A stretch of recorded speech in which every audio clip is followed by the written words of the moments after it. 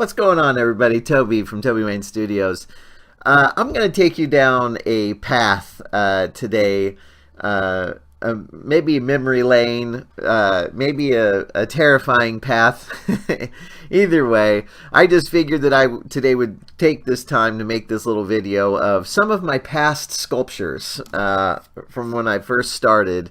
And I guess we could look at this video as an opportunity for people to see progression over time. Anyway, I'm going to jump right into these. This was my very first piece that I can remember doing. Wow. Where to start with this little nugget? As you can see, this is the base was just done out of Sculpey itself. It was the original Sculpey, I can tell. I remember this specifically. Original Sculpey was white in color, and it was terrible. It was terrible stuff. It was very sticky. When you would set it down on something, it would leave a white residue. It would get really mushy in your hand. So you end up putting it in the freezer to kind of cool it off after you work with it for a while. It was the very first material that I actually had the opportunity to get my hands on that I could bake in the oven, and of course sand drill and paint and all that good stuff. But anyway, there's no date on this piece. You can see the burn marks here from the oven where it just sat directly on the pan and baked. But anyway, and you can see some wear and tear here. This is a crack running through here. Apparently I had tried to paint this a different color at the start, because you could see a green color here, but the final colors, I mean, the paints tell a story that obviously I didn't quite know what I was doing in my sculpting and or painting. So anyway, yeah, the details are pretty rough. Anyway, these are definitely cringeworthy. So some artists are very protective of their work, and they don't want to show their earlier stages or even their current stuff, and that's okay. I respect that. I know my brother and I, back in the day, we used to draw together all the time, and once in a blue moon he would show me what he's doing, but for the most part he kept it very secret, and sometimes I'd have to go sneak through his books when he wasn't looking. Sorry, Travis, that's a secret. Maybe you knew that, maybe you didn't. But anyway, I think he did it out of fear of me picking on him. Why? I would never do that to my brother. So anyway, moving along, this is another early stage. By the way, these were, I think, done in the 94. I think this creature here was like, I remember doing it in 94, like right after school. So anyway, this character here is his name was Magnus, and you'll have to forgive all the dust and everything because these sit up on a shelf in the studio. But anyway, yeah, this one was called Magnus, and it's very rough. You can, maybe the detail can pick up here, maybe not, but lots of thumbprints, real rough, no smoothing at all. I remember, not having the knowledge to smooth. Like, this was as smooth as it got. But nowadays I use, lighter fluid, torches, brushes, and now the rake, of course, to help knock down the stuff. Notice the base made cut directly out of plywood, so you can see all the nice plywood texture. Yeah, head's small. Oh well, yeah, Magnus. Cape is pretty rough. It is what it is.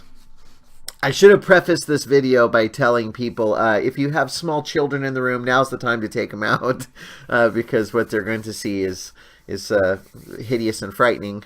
So anyway, this was my first attempt at Batman, which, again, I don't know the chronological order per se. I've got them laid out into what I think they happened in. Batman, I've always been a big Batman fan. This one, some people might say, well, that's not too shabby. Okay, whatever. I mean, it's, hey, from the back it looks pretty good. Maybe if you squint one eye, hey, this looks just like Batman. But anyway, yeah, the Batman piece here. Long ears. You can kind of see a small crack here.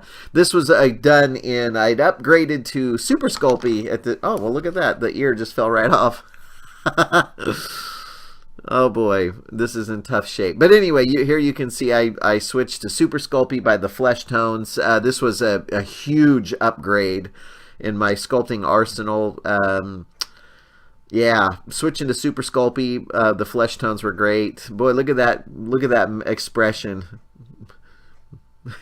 I don't know what possessed me to do this. But anyway, here you can see that's one of the drawbacks of Super Sculpey in general, is it cracks and starts to fall apart over the course of time.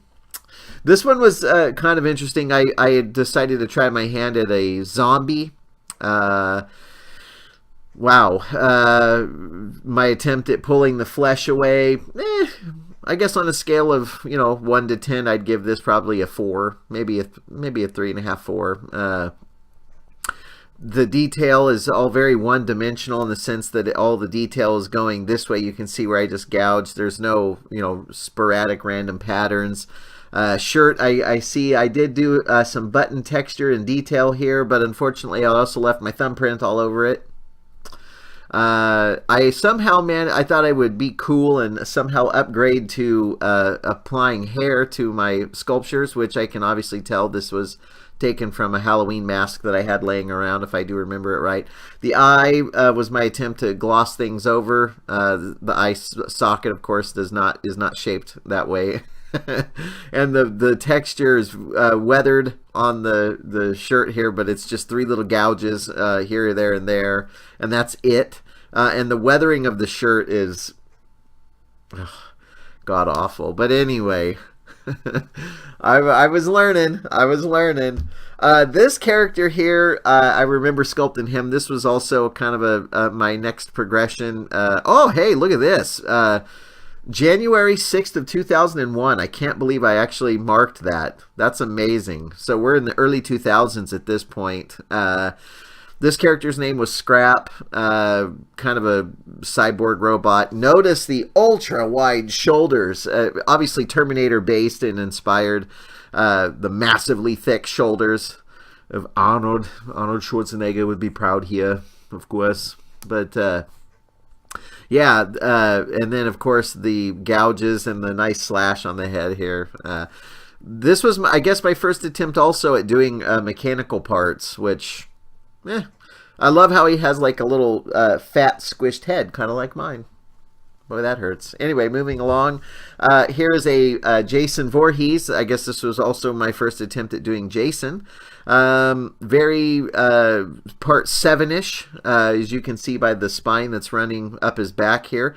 Texture's getting a touch better. Yeah.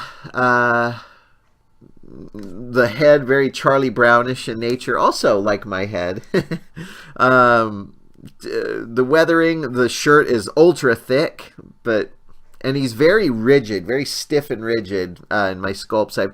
I've learned to kind of loosen up on that flow and anatomy, so and the poses and the textures and stuff. So yeah, this one's there's not much weather. The weathering on the mask is just a simple wash, and then of course the mask is torn away here. Boy, look at that profile. If that doesn't scream cartoon Charlie Brown, I don't know what does. But anyway, and then this one here, I believe I called Razor Jaw. It was inspired from my fear of sharks, which sharks have rows and rows of teeth. This one, it's not bad. Here you see a little paint scuff here. This was all well before my molding and casting, so it'd be kind of fun to mold one of these up and then actually sell them as, retro line. That might be kind of fun to do. But yeah, this one was, later on. I didn't date this one, of course, and again, still back to the wood bases. But yeah, this one wasn't bad. I remember this was the very first one that I tried to put up on eBay and sell. And as you can see, I still have it here in my little hands. So obviously that did not go over very well. But anyway, yeah, so this one would be a bear to mold, of course. I'd have to do it in separate sections and do like a key lock plug-in and stuff. But not the expression has gotten better, and also the pose has gone from very rigid to some pose. So yeah. So anyway, I just wanted to share these with you today. It can't get worse, I guess. But the key, the point of this whole video is to just say, hey, you know, you can practice and you can get better. And I hope that people take this video and be inspired by it, because it takes guts to post people at your past works. Well, it does for me. I guess not so much for me.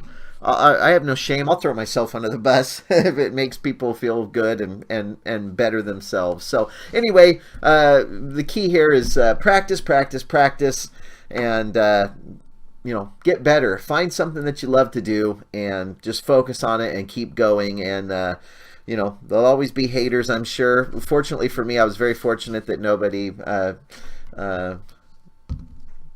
tore my work apart and made me feel bad. But anyway, people were always very encouraging of me. So I encourage you, just keep plugging along, keep on keeping on, and I hope you enjoyed this video. Anyway, thank you guys so much, and I'll catch you in the next video.